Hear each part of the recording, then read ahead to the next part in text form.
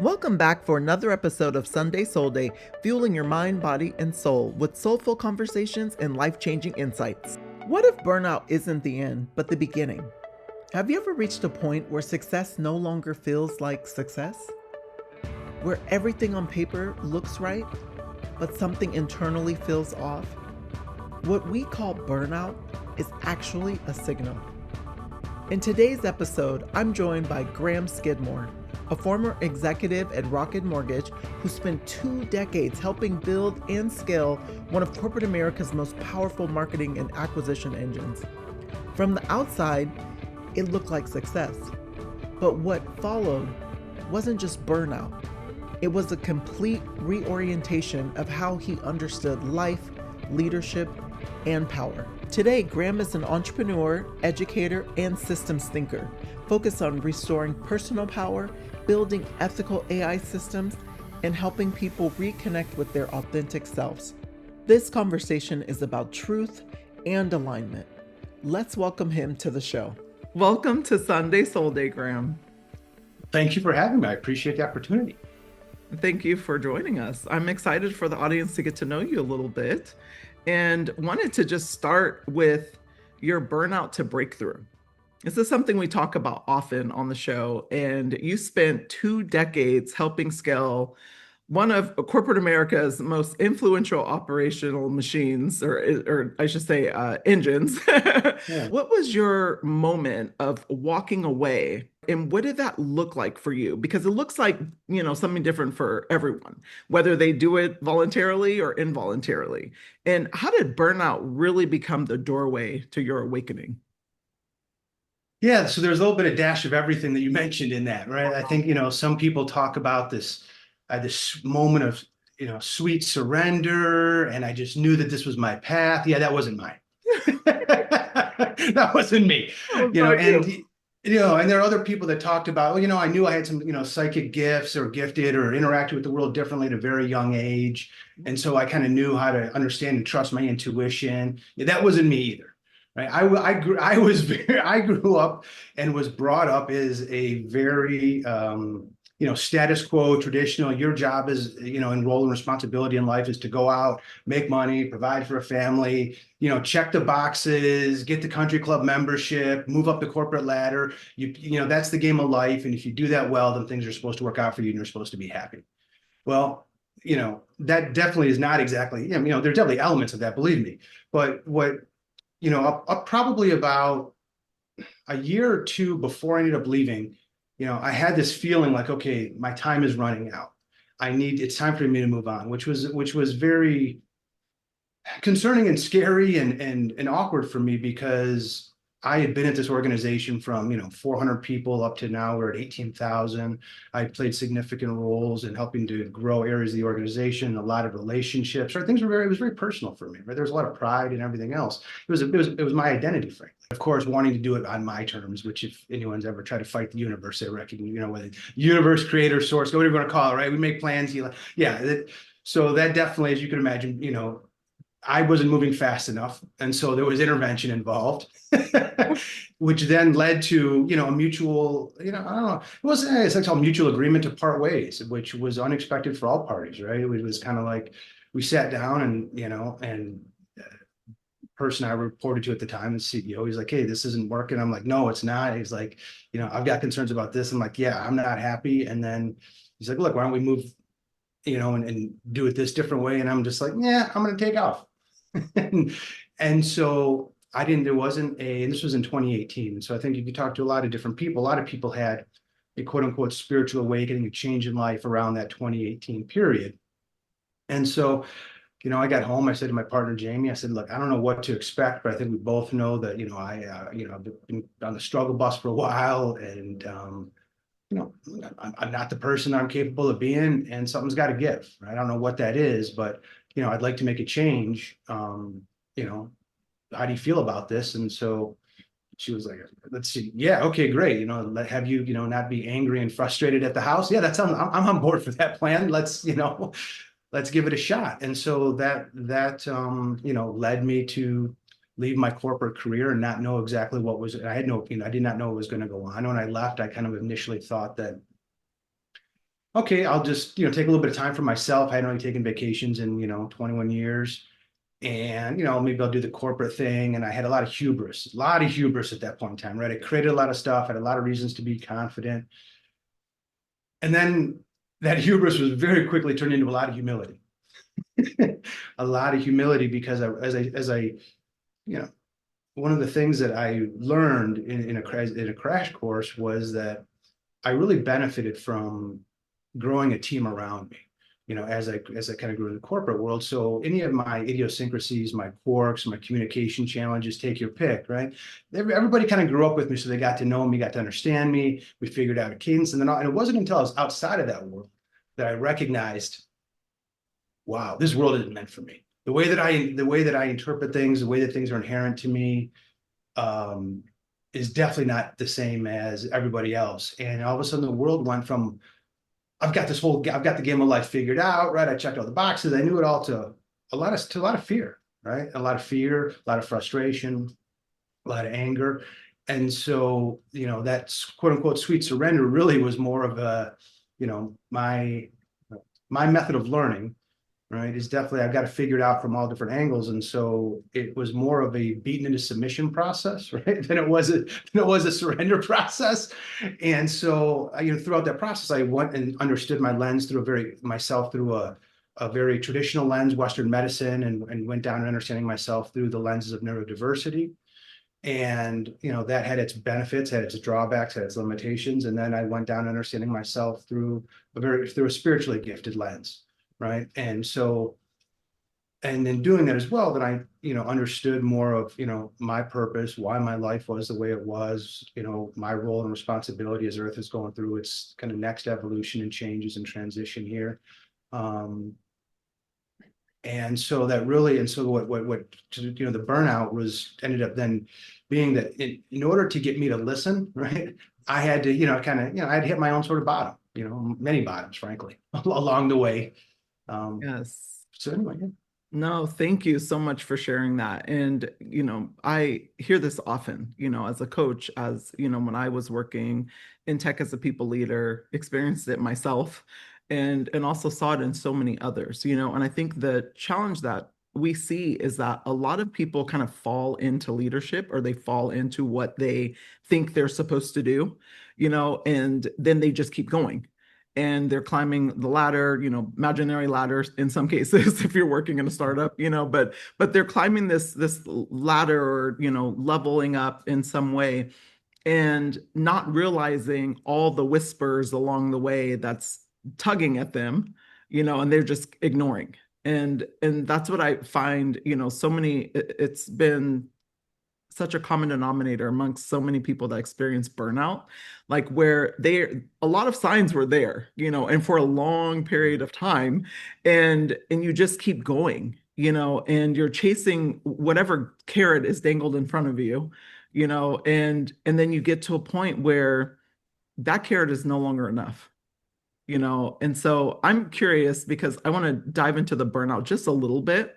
Like when you said to your wife, your partner at the time, hey, I'm going to step away, and she was like really thrilled about that. Like, what was going on during that time that she witnessed, and what was her experience and the feedback she gave you about your burnout? You know, I think if you were to ask her, she would summarize her patience and support as, I always knew he had a good heart.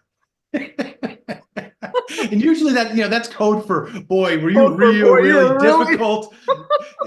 So I was willing to stick it out because I saw the little gold nugget underneath there. But time was, this wasn't this awkward. wasn't like forever. Oh goodness. Okay. No, I understand. I understand. Oh my God. And so like I think so what she saw with me was just a lot of unfulfillment. Yes. I was, at least she said, like, I was a very angry person, very, probably much more than, obviously everything's always much more clear in hindsight. Mhm. And and it was easy to, when I was going through things, to just chalk it up to a stressful job, a stressful life, responsibilities, expectations, right? But yeah, I just wasn't necessarily a happy person. I wasn't operating, um I was living everybody else's life Yeah. that they wanted me to do versus, what I wanted to do and what my own was. And frankly, I didn't know, because I didn't know what it was, right? Yeah, I can Exactly. remember, Jay was his name, and everybody knows, know Jay is, but, I remember saying to him one time, when we're sitting in a Starbucks line, I said, man, I don't even know who I am anymore. I just feel like a combination of just learned behaviors and habits. And that was really where I was, and so I really spent the next then, 7 years on just getting to know myself. My job and my responsibility was peeling away the guilt, shame, traumas, pain, lies, masks, lots of masks, right? To really reclaim and understand my genuine, authentic self and reconnect to my higher self, and um, being comfortable with who and I guess my guidepost along the way was, do I love and accept who I see in the mirror? Mm-hmm. Do I know who that is? Right?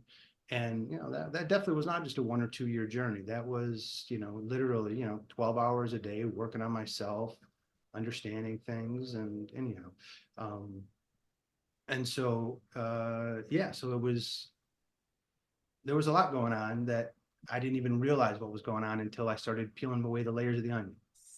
Yes. I love that. And it's my greatest wish for everyone is to take that time for themselves, which when you're on the hamster wheel or running, at 100 miles an hour, it's so difficult to do. But allowing yourself that gift, it really invites you to really reclaim like who you truly meant to be, as opposed to all the layers and things that society tells you, like this is what success looks like, or this is the title you should have, and all in the stories that we start to believe because we practice it over and over and over. So it really gives you an opportunity to break open. I actually like to use the pomegranate analogy, Mm. because as you peel those really hard layers back, you eventually get to the sweet spot of who you are. And I love that, so it's something that I do with my coaching, and I'm like helping people understand that a large part of us are serving from a fractional version of ourselves. And in order to serve from a more whole version, a more like grounded version, we need to first understand ourselves more deeply. And so that gift that you gave to yourself is incredible. Yeah, and just to add to that, and spiritually speaking, one of the things that I also, came to learn and appreciate was, if I can't figure out where I'm trying to go, how's the universe supposed to know and support me? Absolutely. Right. So the more that I can understand where I'm trying to go and why, and the more aligned it is with, where I'm supposed to be on my own individualized path, then the easier it is to receive that, all of that external support. And and that's when you start recognizing the synchronicities and the external validations and things like that. And that's when life definitely becomes a lot more interesting and fun. Yes, it does. Well, and it's so interesting. I was looking at a stat, I think it was in Forbes, but it was something like over 65% of employees are experiencing burnout in 2025, and it's at an all-time high.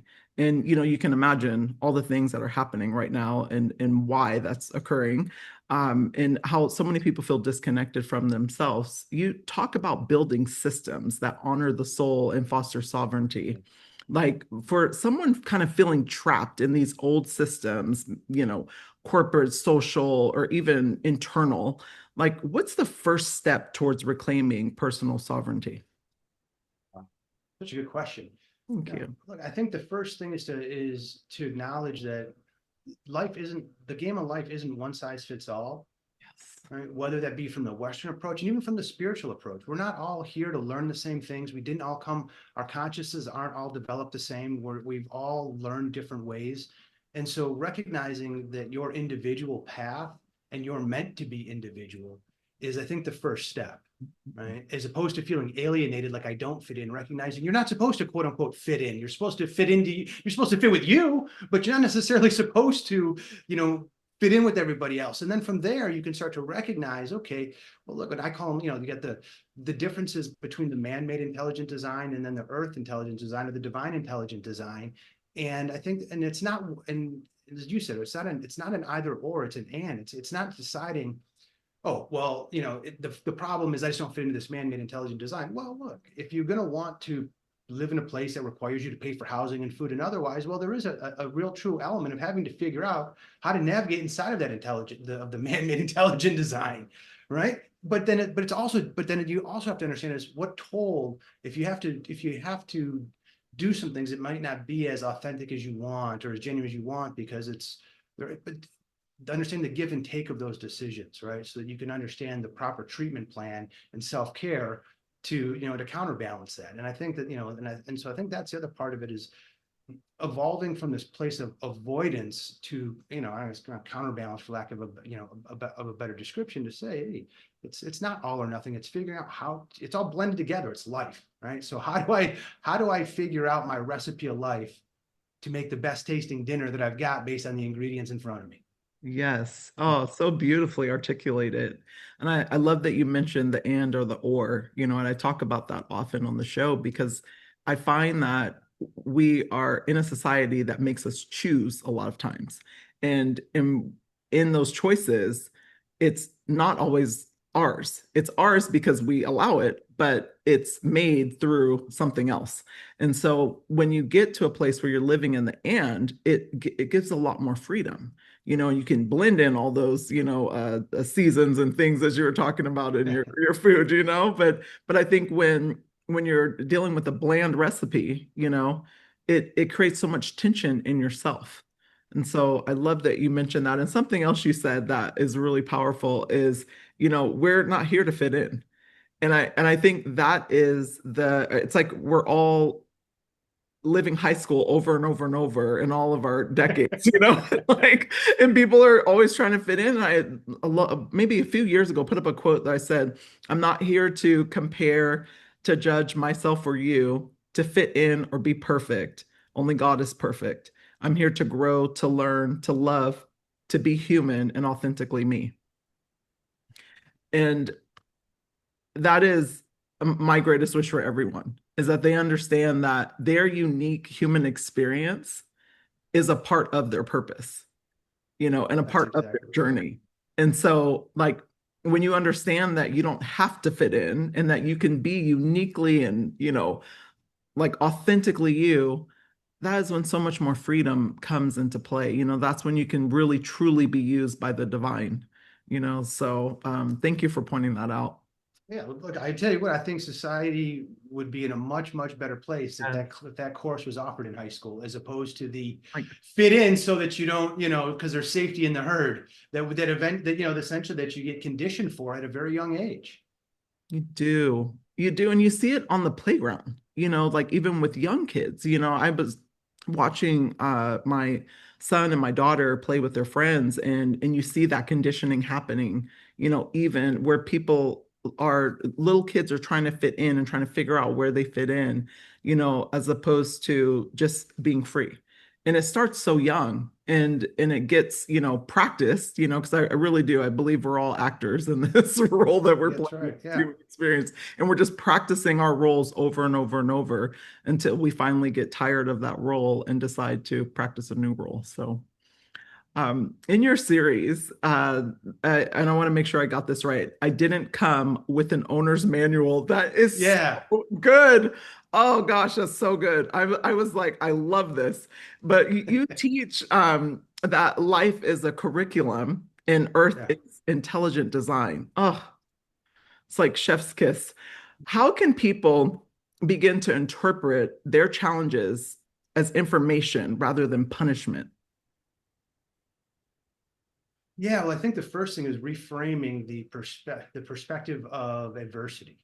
Hmm. Right. I think in the Western, traditional teachings, the concept is if you do things properly, then things are supposed to work out for you. It's only when you made a mistake, when you're at fault, when you did wrong, that things go wrong, or that you encounter problems, challenges, or adversity. Right. So it's the lens that I was brought up to understand is that I need to then have the self introspection of understanding what I did wrong and why it was my fault. Right. And instead, what I recognize is no, instead of view that as these are just catalysts, right? Because as much as we'd all love to think, man, everything just went smoothly. My life would be so great and so happy.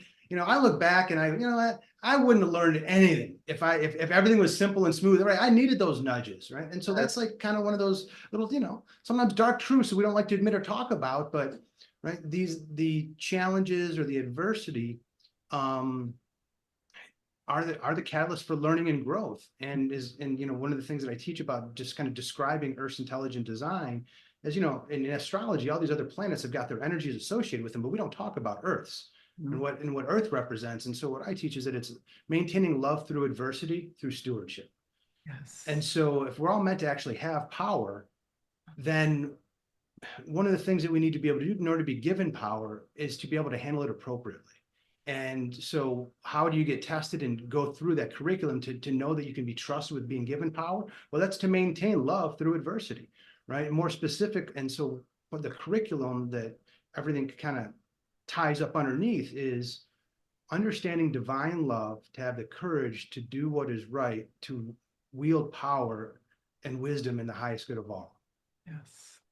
And again, it's through stewardship. So it's looking out for each other. It's taking care of nature. It's taking care of our animal friends. It's taking care of our resources, right? It's a more globalist approach versus national. That doesn't mean that there aren't boundaries, that there aren't countries and things like that, but it's recognizing that, hey, if you're a government, your responsibility is to take care of people, is to take care of its inhabitants, to take care. It's not about to own and extract and have the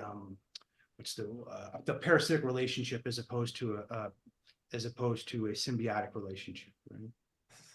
Yes. Oh my gosh. I'm nodding over here because that is exactly how I view it. And I think we have gotten so far away from that, Oh, and yes. so many, if you think about like our current administration, like that is not their platform that they're building on, and and sadly, and sadly we see it even throughout organizations, where there's this take, and not coming from a place of stewardship or service or love, and really building upon that. Like, I really do believe we are here for four things. And I think we've gone so far away from that, but we complicate it as, the complicated humans that we are. But we're here to love, to be loved, to learn ourselves deeply, discover our purpose, and then share them because they're not ours to keep.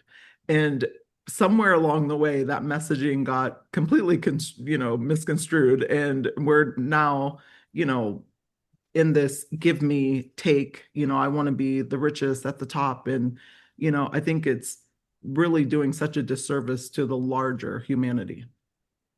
So I And love. by the way, I would just, if you don't mind my shameless plug, I would say your four things are exactly what I just talked about, right? Because you have to be able to have courage and share, and look, sharing knowledge and wisdom, that all comes from, what you're talking about doing, is to give that in return what you learn. And so, yeah, I heard you say that in one of the other episodes. I was like, all right, yeah, all right, we're on the same page.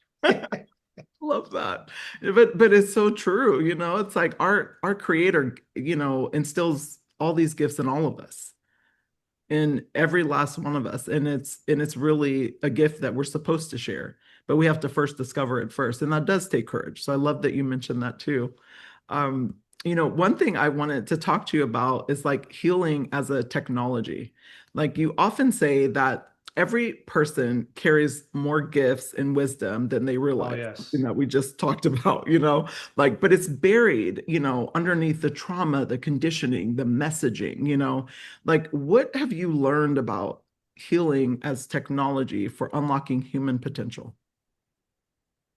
Okay, yeah, I think that, and I'm assuming when you say technology, you're referring to things like how do we leverage AI in Mhm. today's, okay, cool. I think that in the man-made intelligent design, it's all based on conformity. There's this box that we're all supposed to fit into. And if you don't fit into this box, then you have a syndrome or a disability. Right. And so everything then in medicine is about, okay, how do I get you back inside that box? What pill do I need to give you? What treatment or whatever else, which is the exact opposite of everything that we're talking about. And if that was the right way, I think we would see the proof out there, right? But we lack the proof of concept. It doesn't mean there's not benefits to that, believe me. But that's very, incremental gains is very different than soul level healing, right? And so where I see technology really having the best being able to best serve humanity is through supporting individuality, helping people to understand their individual journeys, their individual, I want to say this, their individual journeys, their individual ailments. I don't know, because I just don't like to use those words because as catalysts, understanding what masks that they're wearing, and being able to have a self-guided journey, right, of self-exploration, because that firsthand experience is, there's really no substitute for understanding why things work for you, why things don't work for you, than your own trial and error, right? Which is, in today's world, doesn't really provide you for, doesn't really give you that opportunity. It's go to school, learn this way, go to get a job, learn how to do it this way. There, and in some cases we're taught, or it's said, oh, it's okay to make mistakes. Mistakes are where you learn, until you actually make a mistake. And then it's like, hey, don't go doing that again. Or you get fired, Right. So, and then you're like afraid to make a mistake from there. Yeah. I mean, I remember a joke one time going, hey, that's no big deal. You just owe $6 million to the company, Graham. I'm like, well, all right, well then how about that billion I just made? Like, how does that balance out? Exactly. And so, but those types of, even jokes like that, they set the tone for people. Mm-hmm. And so my wish and my work is designed about a human-centric future. And in order to have that human-centric future, we've got to understand ourselves as individuals, and we've got to be able to be supported as individuals. And that means in some cases there's benefits to working on our weaknesses. I'm saying this in air quotes for those listening. Right. And in other times there's a time to complement them. Right. And so I see technology and AI as the ability to complement, right, or to provide the weaknesses so that we can be the best.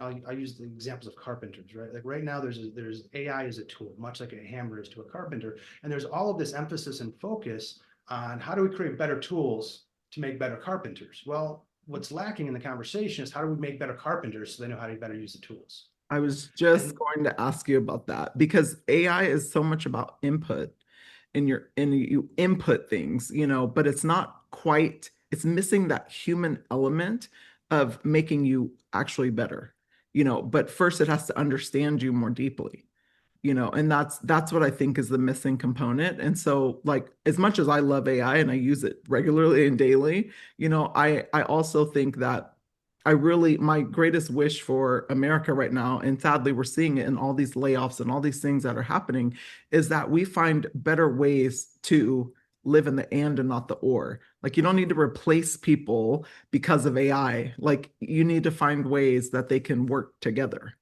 better. Yeah. And to tie that back to the I Didn't Come with an Owner's Manual, one of the challenges right now, we talked about the box, right? So AI operates from a one-dimensional, one perspective. This is what it means to be human. This is what your role and responsibility is. And so if we're going to work with you, this is how we're going to tell you to optimize you. And so one of my goals with I Didn't Come with an Owner's Manual is providing a new set of rules to the game of life to optimize against. Yes. And so as you understand what you're meant to be learning and you have access to that information, now you can use technology to help guide you on that learning path. And so I think so that's one of the, another set of rules to play the game of life needs to be interjected into the narrative to be able to leverage AI. Because to your point, it's a great tool, and it's a great tool for optimization and increased efficiencies, but not in the one size fits all, one perspective of life, one truth and one set of reality that we all live in. It's got to be, I'll respect the intelligence of AI, and I'm sure plenty of people give me flack for this, but when AI can understand your perspective, my perspective, and our perspective, and then provide feedback, now we're talking about some intelligence. Yes. Oh my gosh. Words out my mouth. Like, I just had this conversation, and it's exactly what I said. I'm like, when it can understand our unique perspectives, like me as a Black woman in her 40s, single mom,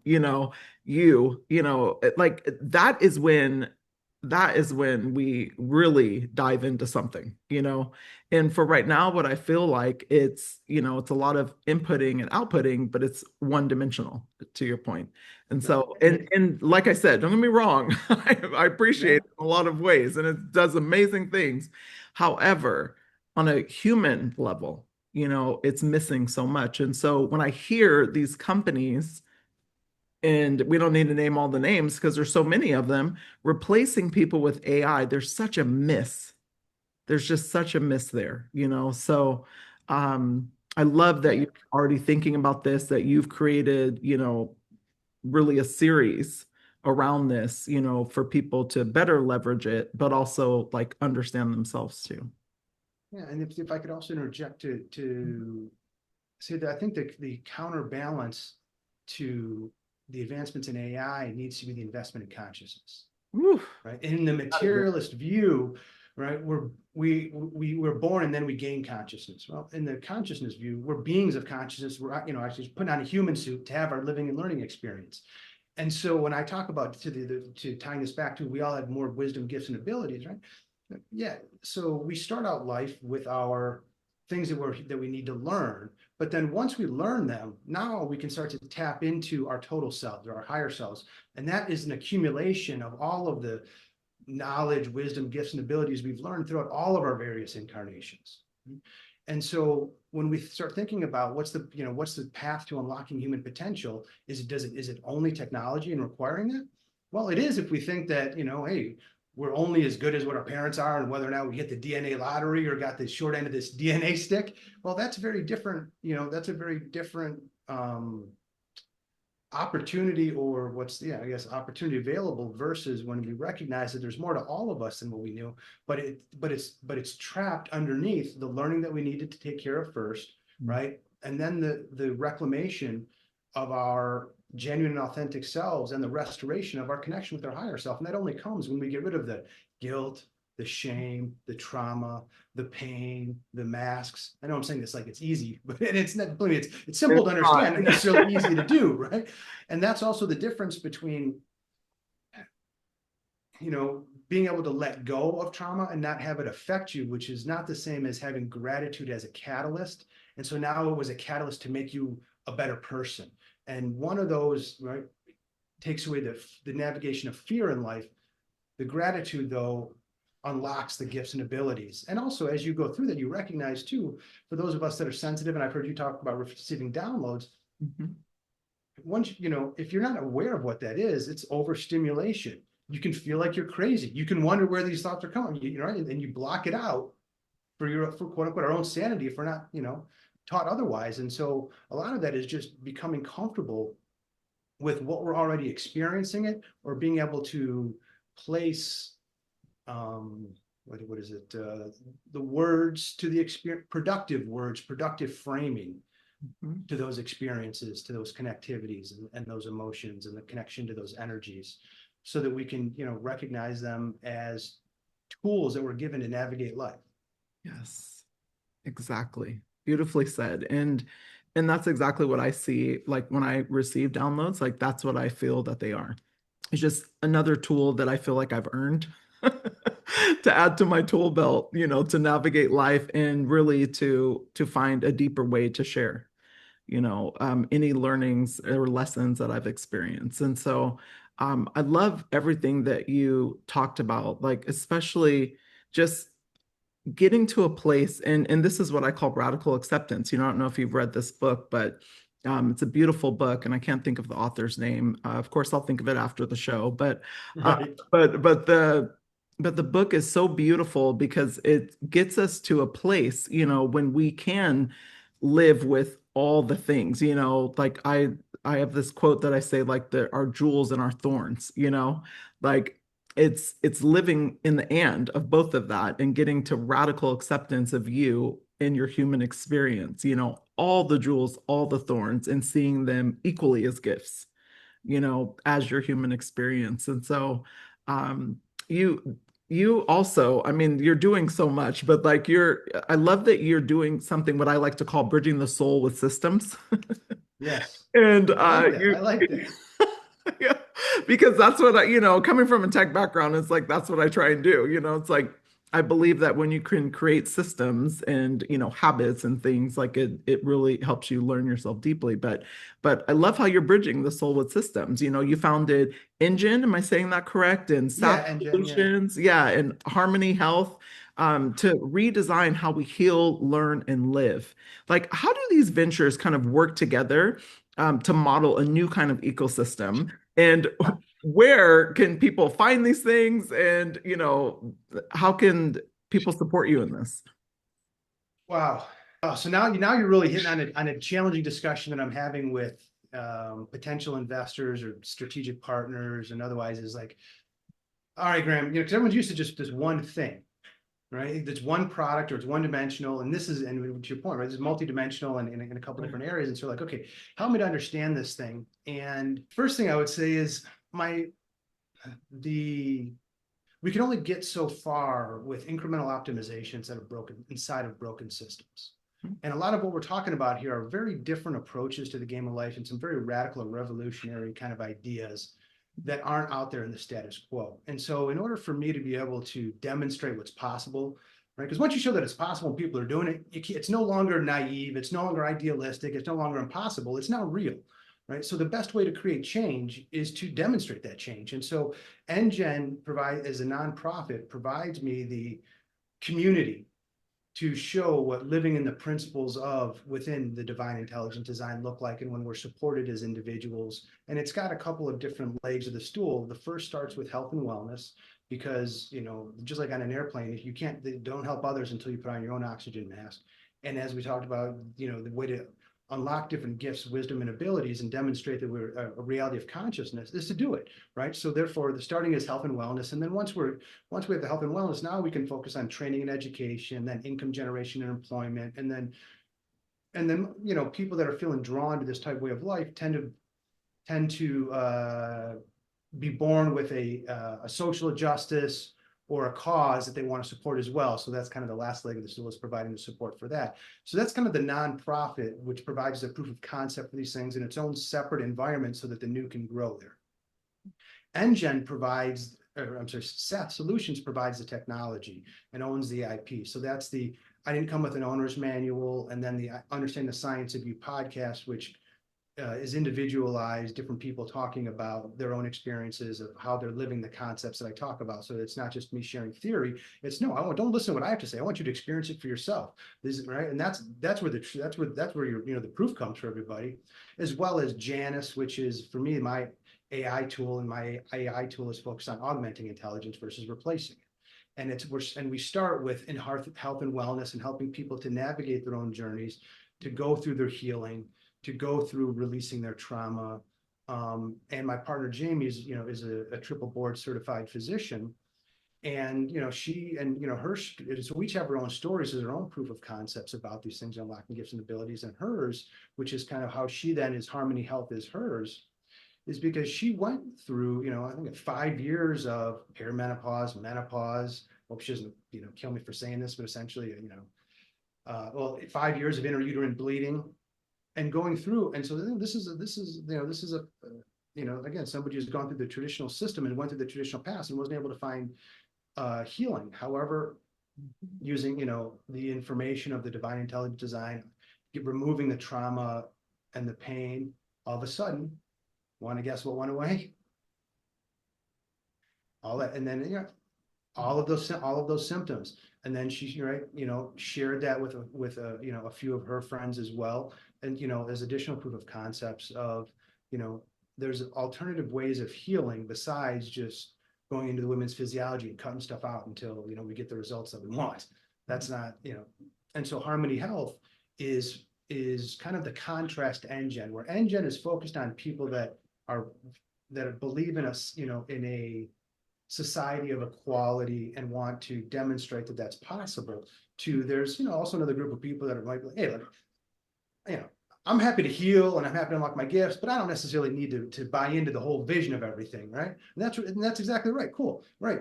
And so it's more of a traditional for-profit, and our focus with Harmony Health is concierge medicine, is bringing together all of the different healing modalities that exist and helping people how to navigate them, right? Because it's not just a one-size-fits-all approach. It's not just Western medicine versus Eastern medicine versus spiritual. It's about understanding, when do I lean into the Western? When do I lean into the Eastern? When do I lean into the spiritual, right? And that's and so it's really focused on that personal empowerment through, education and then the confidence that comes from figuring yourself out.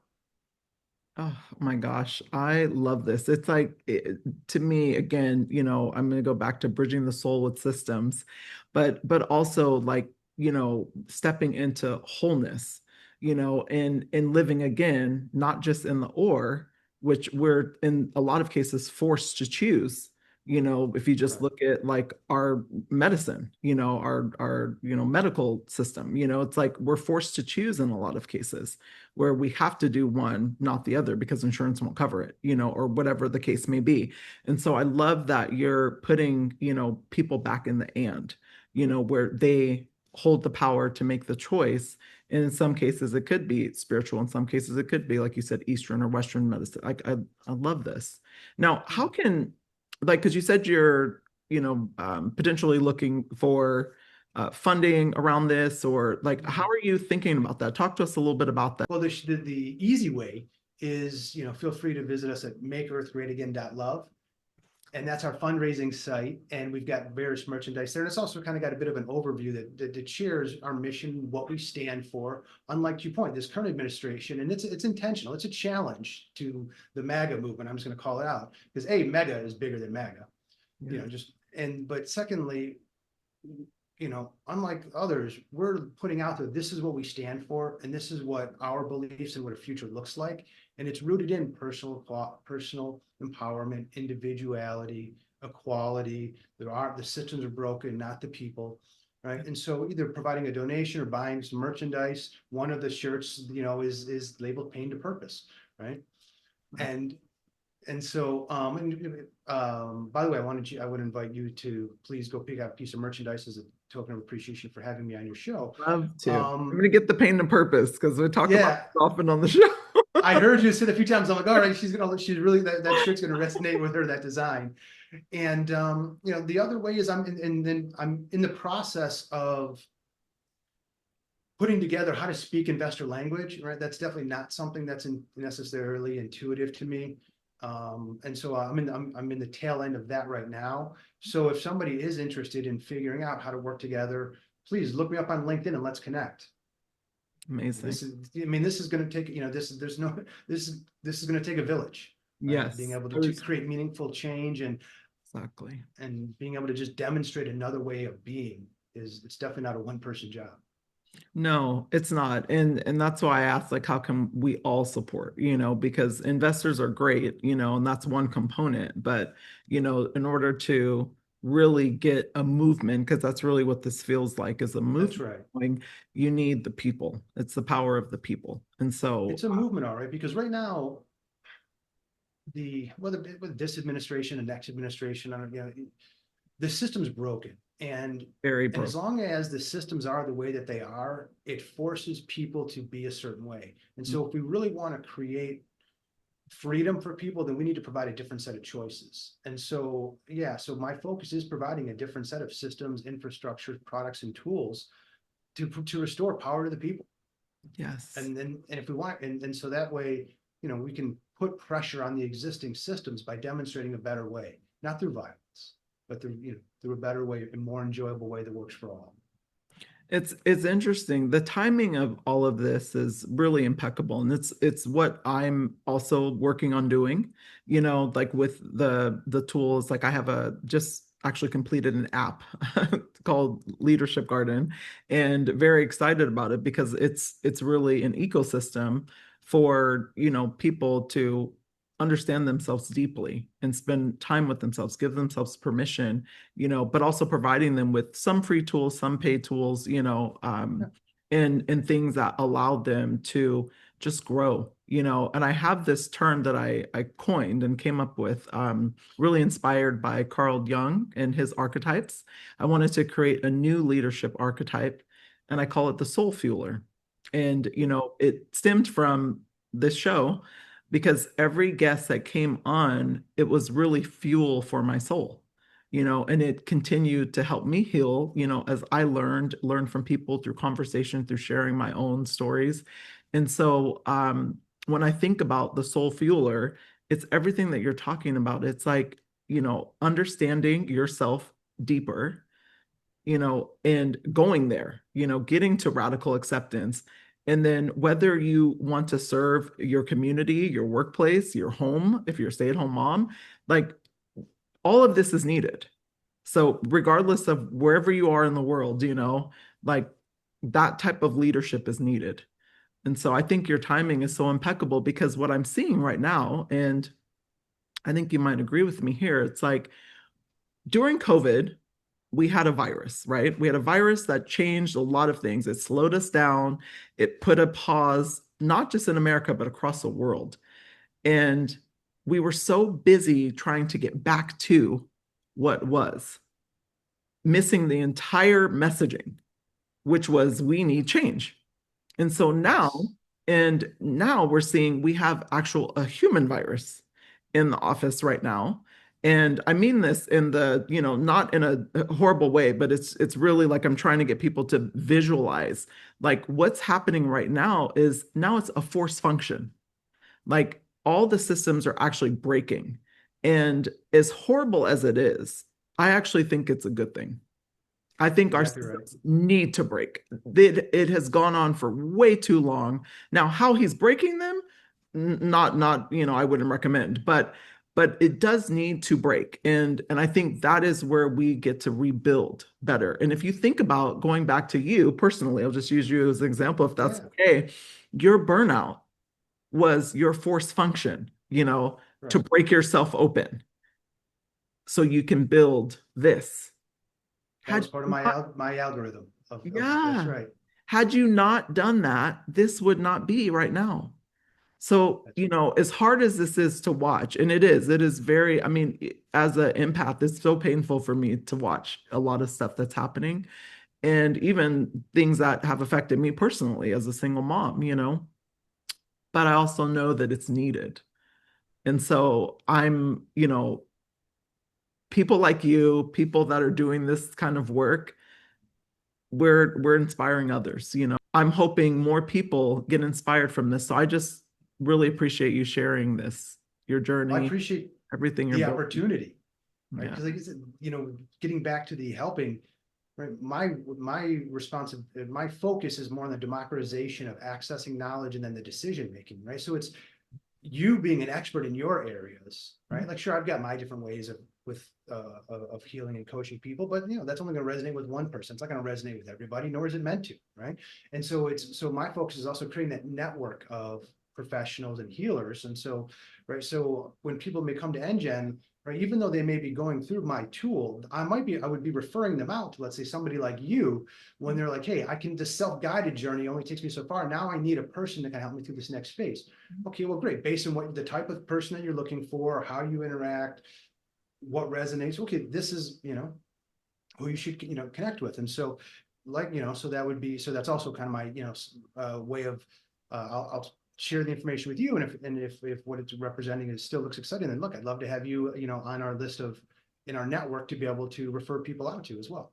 Yes, and likewise, that's a large part of Leadership Garden is in order for a garden to actually work well, like it takes a lot of things, and that includes, hands. And so Yes. like I feel the same way, and I'm always looking for like-minded individuals, who are doing the work on themselves that can help support because people are craving this, they're wanting it, but they just don't know where to get started, And so that's why I have these conversations to let people know, like, you did not get here overnight, you just said it took years, so it's like I want people to know that like it's not an overnight thing, but if you stay in it and stay consistent and really lean into people, lean into a supportive community like you're building your ecosystem, like what I'm building, that's when it gets a little bit easier. So you're not doing it alone.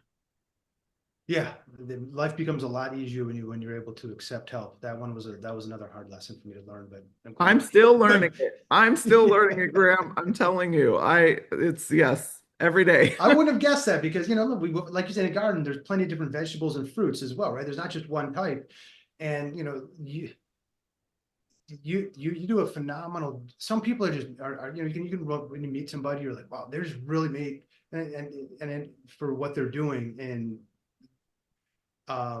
you as a host you really bring out some great stories, make great connections, great conversations, right? That seems, at least from where I'm, my vantage point, from my exposure, it really seems like that, that glove that fits perfectly, right? I couldn't do these things, right? I would not be nearly as engaging and as entertaining as people. I wouldn't be getting 12 point, at trying to interview people, right? Like that's not how I'm wired and what I'm here for, right? So anyhow, I just wanted to to thank you for putting yourself out there and providing this platform to let people talk about stuff, right? And especially me who's just now getting started.